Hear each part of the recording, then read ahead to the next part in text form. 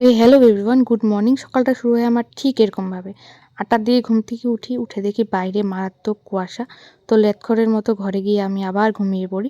তারপরে যখন রৌদ্র ওঠে হালকা হালকা, তখন বাড়ি থেকে গিয়েছিলাম কিছু ওষুধ আনতে। তো বাড়িতে এসে আমি ভাত খাচ্ছিলাম বললে চলে না, ভাত খাইয়ে দিচ্ছিল মা, তোমরা সবাই জানো। ভাত খেতে পারি সেটা বললে চলে না, মা প্রতিদিন ভাত খাইয়ে দেয় ৩ বেলা, আর মার সাথে গল্প করি আর ভাত খাই।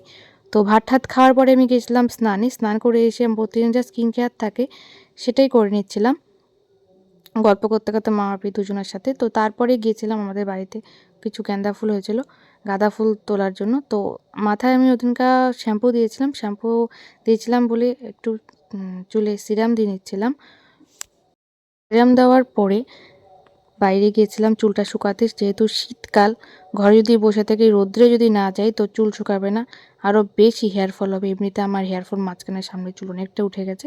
তো বাড়িতে এসে আবার ঠিক সেম খাই দিচ্ছিল মা। তারপরে একটু ঘুমিয়েছিলাম দুপুরে, প্রতিদিন না ঘুমালে হয় না।